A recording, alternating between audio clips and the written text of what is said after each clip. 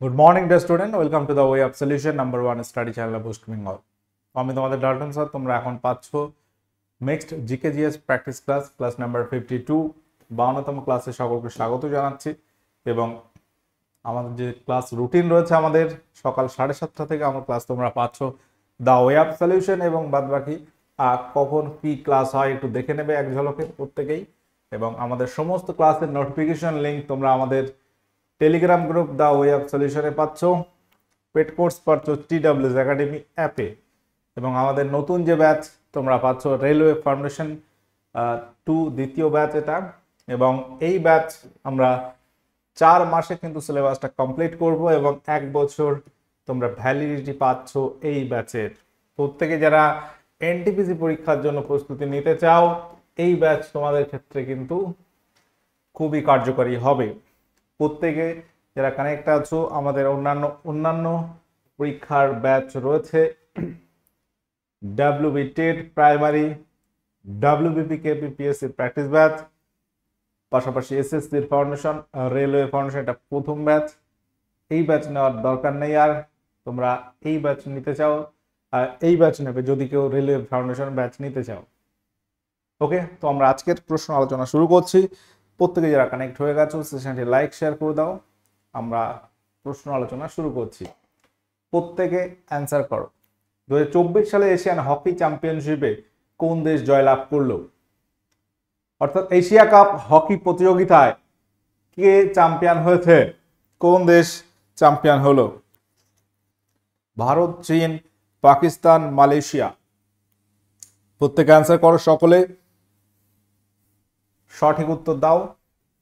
ভারত, প্রত্যেকের এটা সঠিক উত্তর দেওয়ার কথা।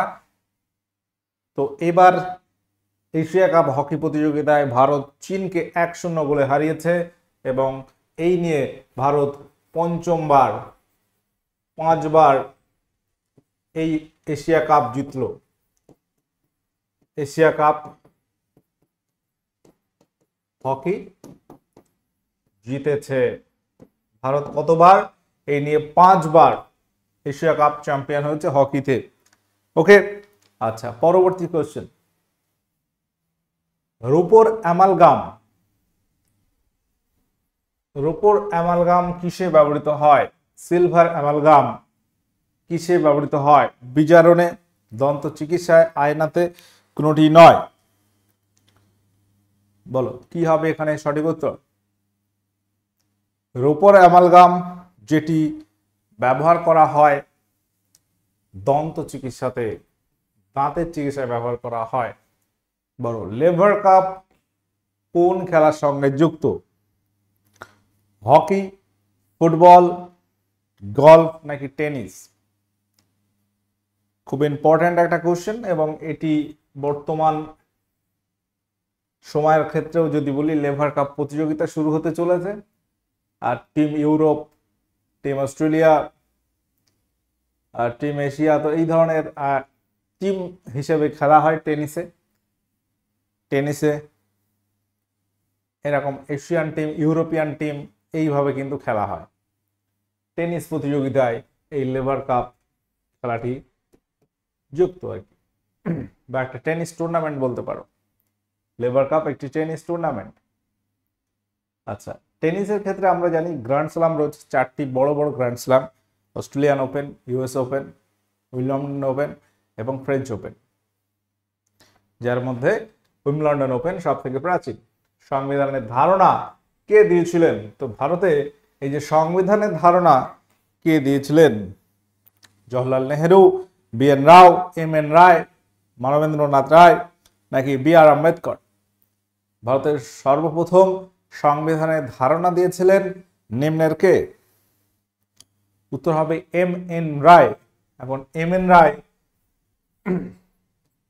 সম্পর্কিত যদি প্রশ্ন হয় যে তার পুরো নাম কি, মানবেন্দ্রনাথ রায়। মানবেন্দ্রনাথ রায়,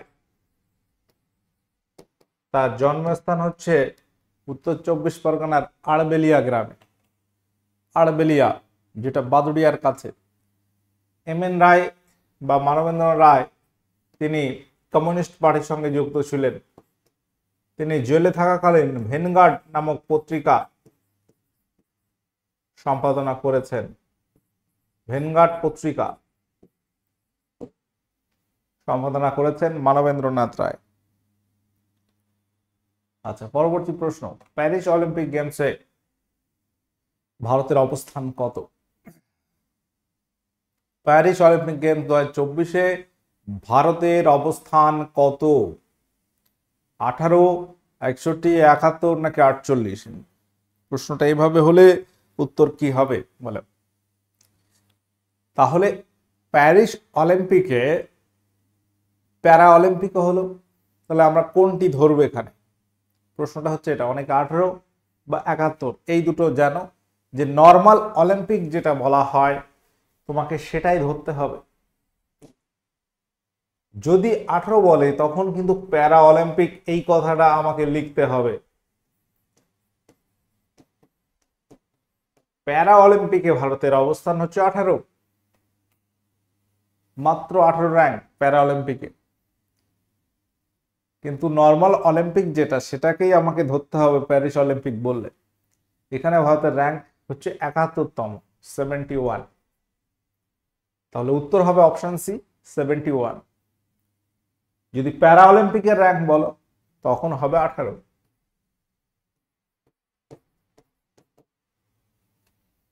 গোয়া ভারতের 25তম অঙ্গরাজ্যের মর্যাদা পায় কত সালে?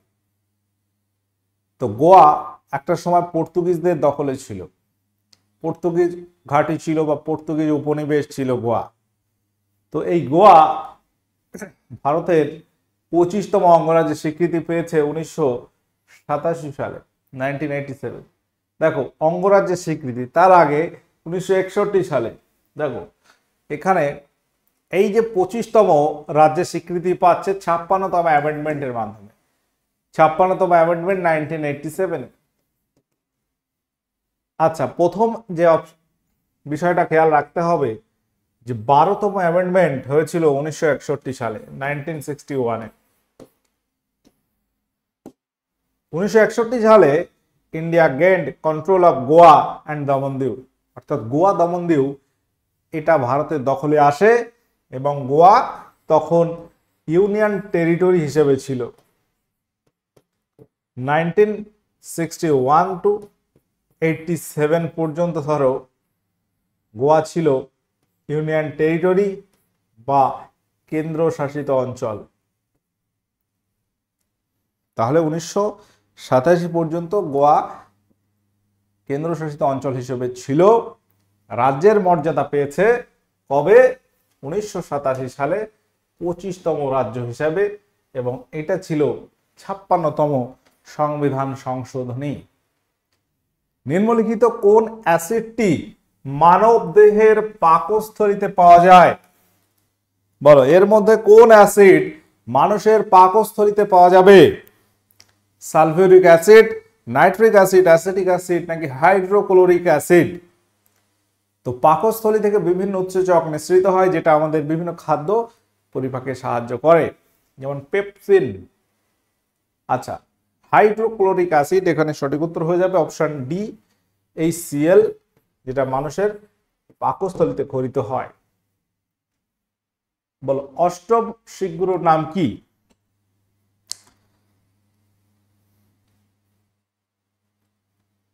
শিখদের অষ্টম গুরু কে ছিলেন?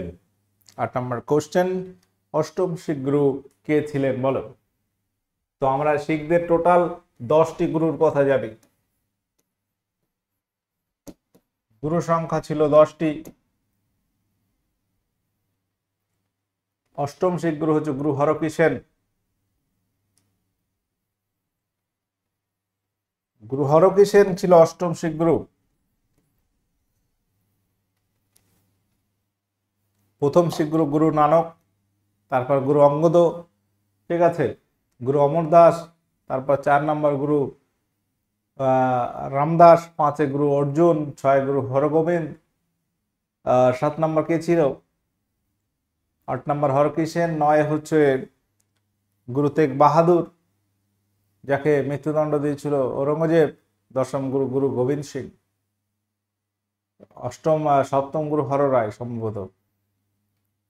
আচ্ছা, তাহলে প্রথম কি বললাম? প্রথম গুরু নানক, গুরু অঙ্গদ, গুরু অমর দাস, গুরু রামদাস, গুরু অর্জুন, ষষ্ঠ গুরু গুরু হরগোবিন্দ, গুরু হরগোবিন্দ, গুরু হররায়, ষষ্ঠ সপ্তম আছে। আচ্ছা, তারপর অষ্টম হচ্ছে গুরু হরকিষেন, নবম তেগ বাহাদুর, দশম গুরু গোবিন্দ সিং, তিনি শেষ শিখ গুরু। গুরু গোবিন্দ সিং হচ্ছে দশম গুরু। সঙ্গম বংশের শ্রেষ্ঠ রাজা কে ছিলেন? সঙ্গম বংশের শ্রেষ্ঠ রাজা কে ছিলেন?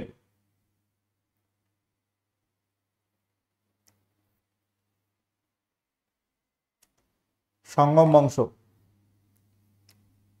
তো আমরা বিজয়নগর সাম্রাজ্যের কথা যখন বলি তখন এই প্রশ্নটা আসে যে বিজয়নগর সাম্রাজ্যের প্রতিষ্ঠাতা হরিহর বুক এবং তাদের যে সাম্রাজ্যটা ছিল তার নাম ছিল সঙ্গম বংশ। তাদের বংশের নামটা আমরা কি বলি? সঙ্গম বংশ। সঙ্গম বংশের শ্রেষ্ঠ রাজা কে ছিলেন? এখানে তুমি কৃষ্ণদেব রায় করতে পারবে না, কারণ কৃষ্ণদেব রায় ছিল তুলুপ বংশের। তুলুপ বংশের যদি ওভারঅল তোমাকে যদি বলা হয় যে বিজয়নগর সাম্রাজ্যের শ্রেষ্ঠ রাজা, তখন কিন্তু বলতে হয় কৃষ্ণদেব রায়, কিন্তু তিনি তুলুপ বংশের। বাট সঙ্গম বংশে যদি বলে দ্বিতীয় দেব রায়। সঙ্গম বংশের শ্রেষ্ঠ রাজা হচ্ছে দ্বিতীয় দেব রায়।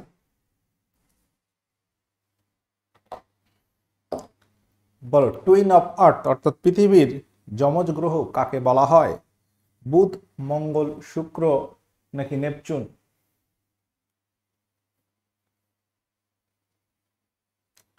পৃথিবীর যমজ গ্রহ কোনটি? বলা হচ্ছে শুক্র। শুক্রকে বলা হচ্ছে পৃথিবীর যমজ গ্রহ। শুক্র গ্রহ সম্পর্কে আরো অনেক কথা বলা যায়, যে কোন গ্রহকে ভোরের শুকতারা বলা হয়।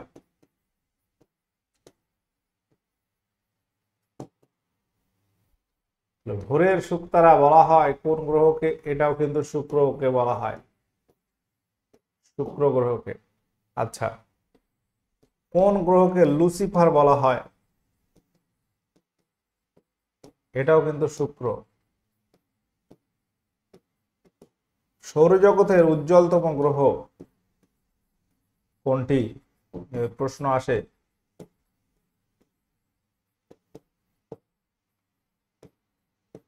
উজ্জ্বলতম গ্রহ, এটাও কিন্তু শুক্র হবে। শুক্র সম্পর্কে আমরা এই প্রশ্নগুলো মনে রাখবো। শুক্রকে বলা হচ্ছে পৃথিবীর যমজ গ্রহ, সৌরজগতের উজ্জ্বলতম গ্রহ এবং উষ্ণতম গ্রহ যদি বলা হয়, উষ্ণতম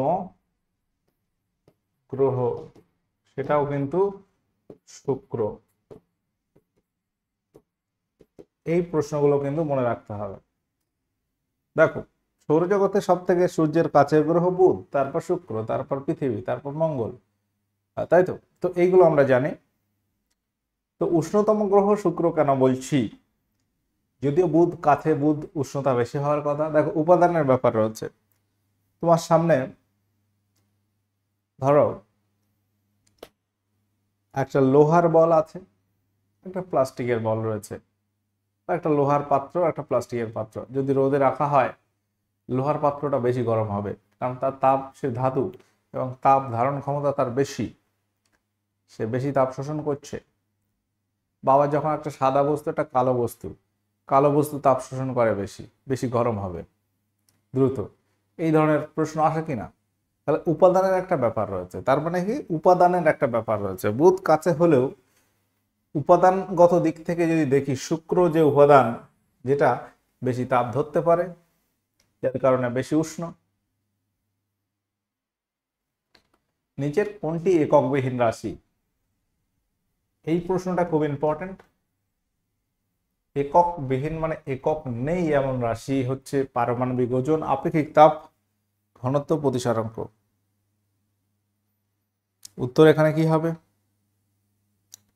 এককবিহীন রাশি আমরা যখনই বলবো, উত্তর এখানে প্রতিসারাঙ্ক হবে। প্রতিসারাঙ্ক, পারমাণবিক গুরুত্ব, আপেক্ষিক গুরুত্ব, এইগুলো। গৌড়ের বড়সোনা মসজিদ কে নির্মাণ করেছেন? গৌড়ের বড়সোনা মসজিদ কে নির্মাণ করেন? এই প্রশ্নগুলো কিন্তু পরীক্ষা আসে, বিশেষ করে পিএসসি বা এসএসসি, রেল, এই সমস্ত পরীক্ষায় এই কোশ্চেনগুলো থাকে। উত্তর হবে এখানে অপশন বি, নসরত শাহ। তিনি এই মসজিদের নির্মাতা। শ্বেত বিপ্লব হয় কোন পঞ্চবার্ষিকী পরিকল্পনায়? হোয়াইট রেভলিউশন, যেটি কোন 5 ইয়ার প্ল্যানে হয়েছিল? প্রথম, দ্বিতীয়, চতুর্থ, পঞ্চম, বলো। এখানে সঠিক উত্তর কি হবে? শ্বেত বিপ্লব এটি কোন পঞ্চবার্ষিকী পরিকল্পনায় হয়? উত্তর হবে অপশন সি, চতুর্থ।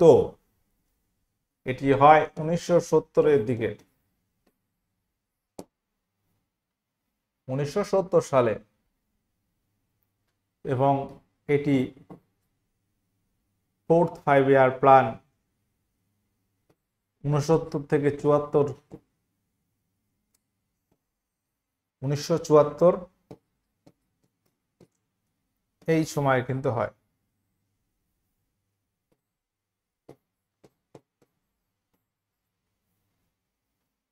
শ্বেত বিপ্লব কোন বিষয়ের সঙ্গে যুক্ত? এটি হচ্ছে দুধ উৎপাদন বৃদ্ধি, দুধ উৎপাদন বৃদ্ধির সঙ্গে যুক্ত। আচ্ছা, পরবর্তী আর একটা পয়েন্ট খেয়াল করবে, এর জনক কাকে বলা হয়? ডক্টর ভার্গিস কুরিয়ানকে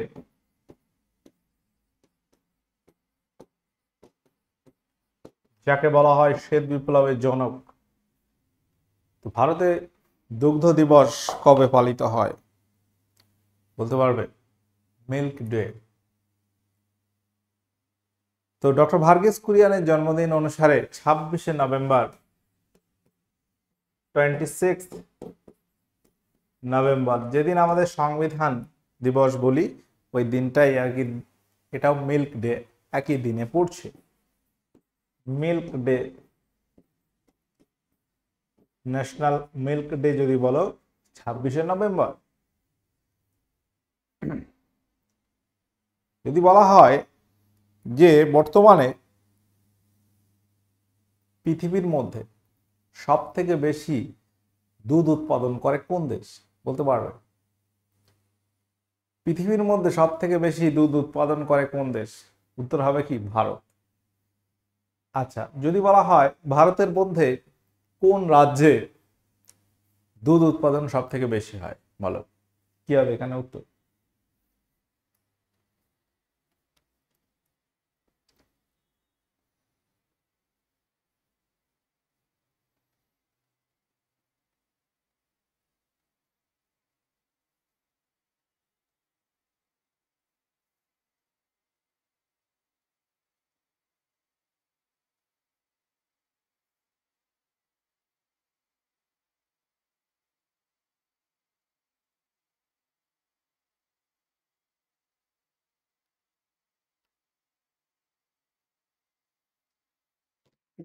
এই যদি দেখা হয়, ভারতের উত্তরপ্রদেশ রাজ্য দুধ উৎপাদনে সর্বাধিক বর্তমানে।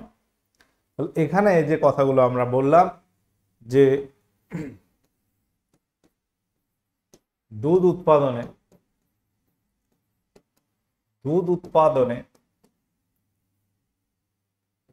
ফার্স্ট হচ্ছে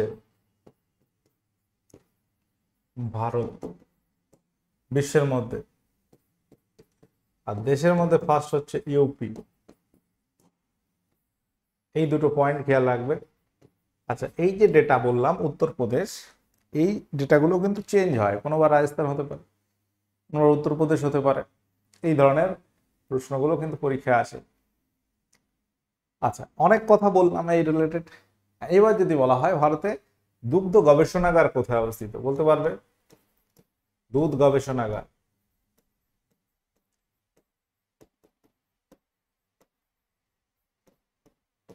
এটি কোথায় আছে? কার্নাল। কার্নালটা কোথায়? এটা হচ্ছে হরিয়ানাতে, হরিয়ানা রাজ্যের কার্নালে রয়েছে দুধ গবেষণাগার। তাহলে এই ব্যাপারগুলো কিন্তু খেয়াল রাখতে হবে। তাহলে দুধ উৎপাদনে সব থেকে প্রথম দেশ হচ্ছে ভারত, উত্তরপ্রদেশ প্রথম রাজ্য ভারতের মধ্যে। এবং এই যে শ্বেত বিপ্লব যে সময় হয়, তৎকালীন প্রাইম মিনিস্টার কে থাকে ভারতের, প্রধানমন্ত্রী থাকে ইন্দিরা গান্ধী। এটা চতুর্থ পঞ্চবার্ষিকী পরিকল্পনায় সময় হয়েছিল 1970 সালে, যার জনক ডক্টর ভার্গিস কুরিয়ান। অনেক কথা এখানে আলোচনা করা হয়েছে। আচ্ছা, অ্যামোনিয়াম সালফেট মূলত কি রূপে ব্যবহৃত হয়? অ্যামোনিয়াম সালফেট এটি সার রূপে, অ্যান্টিসেপটিক, সোনার পাত লাগাবার আঠা রূপে, নাকি ওষুধ রূপে? বল। অ্যামোনিয়াম সালফেট যেটি ব্যবহার করা হয় সার রূপে, সার হিসাবে জমিতে ব্যবহার করা হয়। এবং অ্যামোনিয়াম সালফেটের সংকেত হচ্ছে NH4 2SO4। সংকেতটা কি আছে? রাসায়নিক সংকেত এটা। সবরমতী নদী নিচের কোন শৃঙ্গ থেকে উৎপত্তি লাভ করেছে? সবরমতী নদীর তীরে গুজরাটের রাজধানী গান্ধীনগর অবস্থিত।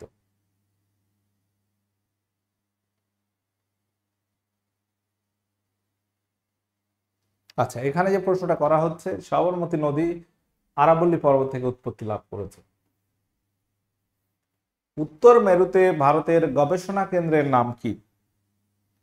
উত্তর মেরুতে ভারতের গবেষণা কেন্দ্রের নাম কি? মৈত্রী, হিমাদ্রি, দক্ষিণ গঙ্গোত্রী, কোনোটাই নয়।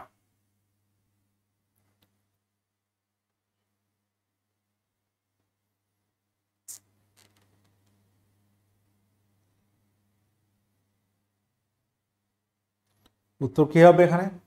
ভারতবর্ষের গবেষণাগার নাম হচ্ছে হিমাদ্রি, যেটি নর্থ পোল বা উত্তর মেরুতে অবস্থিত।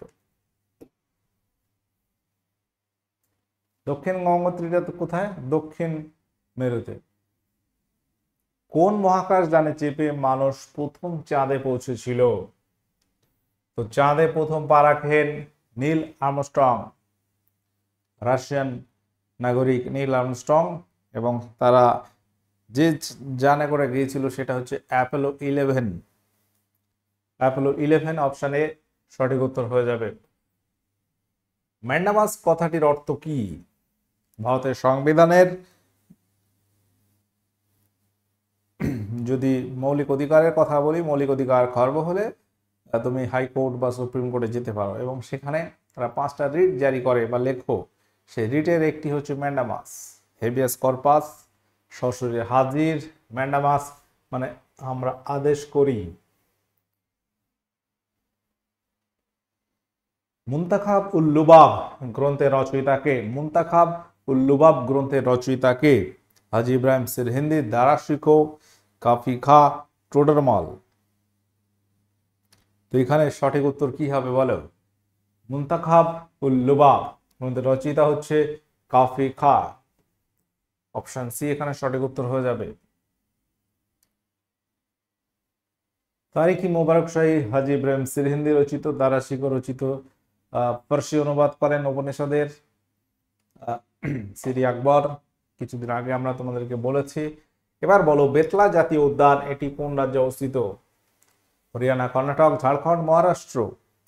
বেতলা ন্যাশনাল পার্ক এটি কোন রাজ্যে অবস্থিত? সঠিক উত্তর এখানে হয়ে যাবে অপশন সি, ঝাড়খণ্ড। আচ্ছা, আমাদের বর্তমান রেলওয়ে ফাউন্ডেশন 2 দ্বিতীয় ব্যাচ লঞ্চ হয়ে গেছে ইতিমধ্যে। যদি কেউ এনটিপিসির প্রস্তুতি নিতে চাও, তোমাদের ক্ষেত্রে এই ব্যাচটা কিন্তু মানে সঠিক ব্যাচ হবে। এনটিপিসি বা রেল গ্রুপ ডি যারা টার্গেট করছো, তাদের জন্য এই ব্যাচটি যথেষ্ট।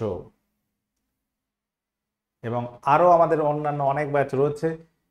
প্লে স্টোরে যাবে, TWS একাডেমি সার্চ করবে, চলে আসবে, এবং সেই অ্যাপের মধ্যে তোমরা এই ব্যাচগুলো পাবে পেড কোর্স অপশনের মধ্যে। আচ্ছা, এবার প্রশ্ন হচ্ছে, সিংহাসনে আরোহণের পূর্বে সম্রাট অশোক কোন প্রদেশের শাসক হিসেবে নিযুক্ত ছিল? উজ্জয়িনী, সৌরাষ্ট্র, তক্ষশিলা, নাকি অবন্তী? তো এখানে সঠিক উত্তর কি হবে বলো প্রত্যেকে? কিসের শাসক বা কোন রাজ্যের শাসক ছিল সেই সময়, বা কোন প্রদেশের? তৎকালীন গান্ধার শিল্প আমরা পড়েছিলাম। গান্ধার মহাজনপদ ছিল, সে তার রাজধানী ছিল তক্ষশিলা। সেই তক্ষশিলার শাসক ছিল তোমার অশোক, তিনি রাজা হওয়ার পূর্বে বা সিংহাসনে আরোহণের পূর্বে। জোংখা কোথাকার ভাষা? ভুটান, বাংলাদেশ, নেপাল, চীন। বলো এখানে সঠিক উত্তর কি হবে? উত্তর হয়ে যাবে অপশনে ভুটান। ভুটান এখানে সঠিক উত্তর হয়ে যাবে। স্পেলিংটা এরকম DZONGKHA। আচ্ছা, স্মার্ট মানি শব্দটি কোন ক্ষেত্রে ব্যবহার করা যায়? Public cash, internet banking, bank নগদ, ক্রেডিট কার্ড। স্মার্ট মানি এই শব্দটি আমরা কোন ক্ষেত্রে ব্যবহার করতে পারি? উত্তর হয়ে যাবে অপশন ডি, ক্রেডিট কার্ড। বলো হিরোশিমা দিবস কোন তারিখে পালন করা হয়? হিরোশিমা দিবস কোন তারিখে পালন করা হয়? 9 আগস্ট, 7 আগস্ট, 10 আগস্ট, 6 আগস্ট। তো আগস্ট মাসে দুটো তারিখ মনে রাখতে হবে, 6 এবং 9। একটা হিরোশিমা, নাগাসাকি। হিরোশিমাটা আগে মনে রাখবে, হিরোশিমাটা আগে 6 আগস্ট, 9 হচ্ছে নাগাসাকি দিবস। আচ্ছা, এর কারণ হচ্ছে হিরোশিমা এবং নাগাসাকিতে আমরা জানি 1945 সালে দ্বিতীয় বিশ্বযুদ্ধের সময় আমেরিকা পরমাণু বোমা বিস্ফোরণ করে জাপানের হিরোশিমা শহরে 6 আগস্ট। লিটল বয় বোমাটির নাম ছিল, এবং পরবর্তী ফ্যাটম্যান বোমা 9 আগস্ট নাগাসাকিতে ফেলা হয়েছিল, এবং এখানে আমরা জানি বহু মানুষ মারা যায়। তো এই 6 আগস্ট এবং 9 আগস্ট ওই দিন দুটিকে স্মরণ করা হয়।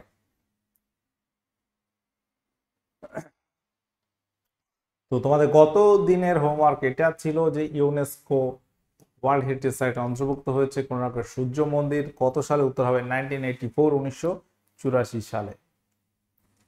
আচ্ছা, পরবর্তী প্রশ্ন, গ্যাসের ঘনত্ব সর্বোচ্চ হয় যখন? কখন হবে এটা তোমরা হোমওয়ার্ক করবে, এবং আজকে 26 নাম্বার কোশ্চেন এটা হোমওয়ার্ক, এবং আজকের সেটে তোমার কটি সঠিক উত্তর হয়েছে একটু জানিয়ে দেবে কমেন্ট করে। আমরা যে ক্লাসগুলো করাচ্ছি ফ্রি ক্লাস পেতে the way of solution TWS academy এই ইউটিউব চ্যানেল দুটো সাবস্ক্রাইব করবে, এবং পেড কোর্স আমরা করাচ্ছি TWS একাডেমি অ্যাপ, যেটি তোমরা প্লে স্টোরে গিয়ে ডাউনলোড করতে পারছো। তাহলে আমাদের আজকের আলোচনা এই পর্যন্তই। যদি কোনো প্রশ্ন বুঝতে অসুবিধা হয় অবশ্যই কমেন্ট করে জানাবে, এবং সেশনটি ভালো লাগলে লাইক করো, শেয়ার করো। ওকে, তাহলে আজকের সেশন এখানে এন্ড করলাম। টাটা।